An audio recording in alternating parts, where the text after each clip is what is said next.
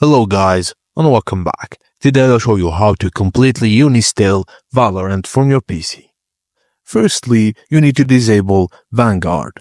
Before uninstalling, you need to disable Vanguard, Riot's anti-cheat software. Locate the Vanguard logo in the bottom right corner of your taskbar. Then right-click the icon and select Exit Vanguard. A prompt will appear. Just click Yes to confirm the Stop Vanguard from running.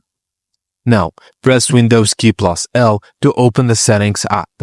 Go to Apps, Installed Apps, or Apps and Features in older versions. Scroll through the list or use the search bar to find the Riot Vanguard.